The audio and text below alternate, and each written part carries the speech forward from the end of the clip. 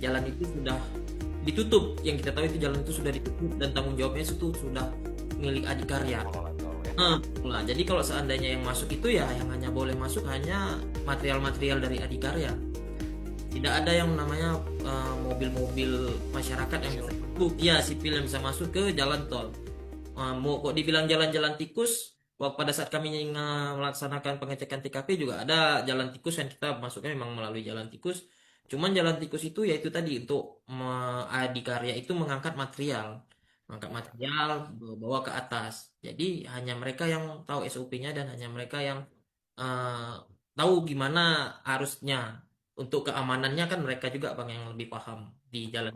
Nah, kami paling apabila Adikarya bilang kapan misalnya dibuka, kita selalu memberikan informasi kepada masyarakat. Ini jalan tol dibuka seperti kemarin saya bilang.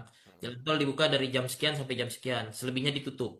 Kejadian laka lantas ini kan terjadi malam, Bang. Malam ya, pukul Iya, 23 malam ya. iya kalau tadi bilang himbauan kita pun sudah tidak dihiraukan. Betul, betul. Ya kan pada saat karena sangat-sangat kurang bang penerangan kurang lampu-lampu kurang seperti yang dibilang tadi Pak Anif untuk kelayakan jalannya itu memang belum layak maka Belum layak.